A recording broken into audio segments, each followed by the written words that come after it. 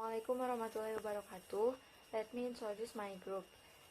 Hello, my name is Siti Agnia and my partner Nanda Siti Rafika and Rahma Nurhaliza Pratiwi.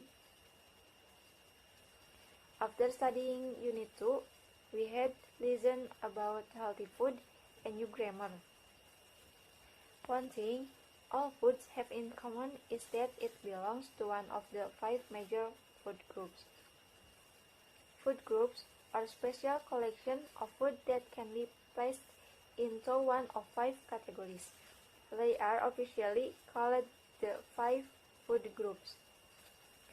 Each of the 5 food groups shares the same nutritional properties.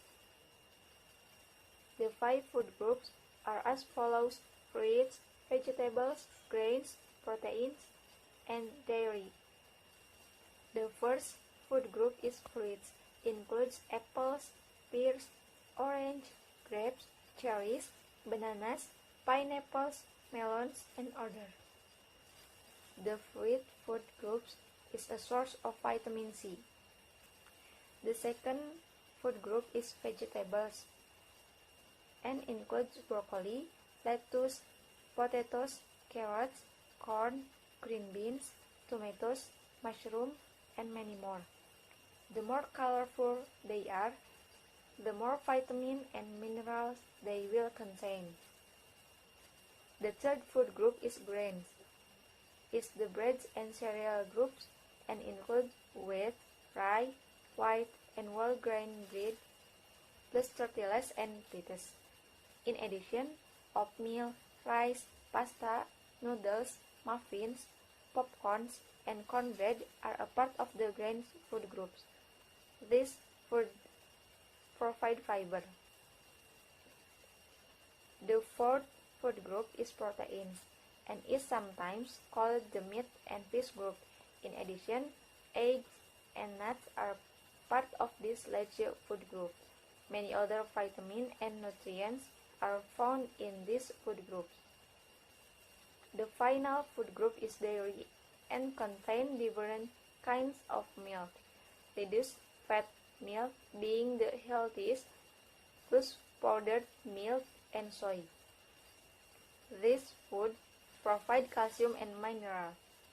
Most people need a variety of foods from each food group, and there are suggested recommendations depending on a person's age. My name is Rahma Nurhaliza Pratiwi. After we study and discuss this test, we can find out the function of the 5 group foods. The first function of the fruit food group is to help control infection with help bones, teeth, blood vessels, and reduce the risk of disease.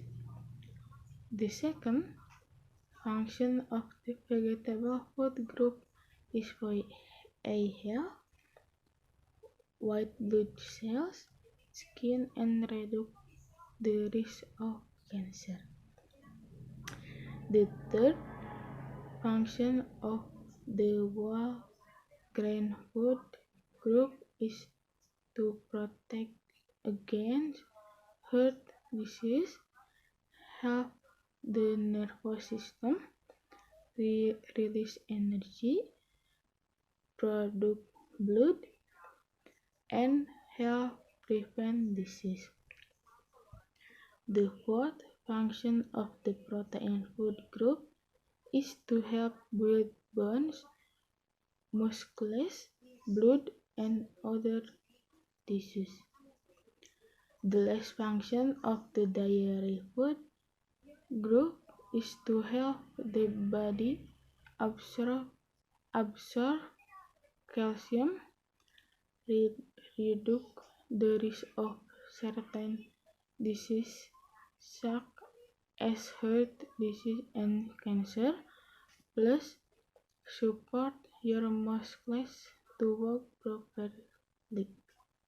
So, the function of the whole group is to maintain the health of your body. After we discuss doing group activities, Lisa, we can find out about 5 food groups along with their content and function. We can also find what is a countable noun and an uncountable noun. Countable noun means the non-countable, the noun can be counted by number. We can use a in front countable noun if the form of the word is consonant, and we can use the an in front countable noun if the form of the word is vocal. It's also used for a singular noun. For example, an apple, a bag. And when the countable noun is plural, it's used s or es in the back of the word. For example, 4 books, 2 shoes. And then uncountable noun. Uncountable noun means the noun can be counted.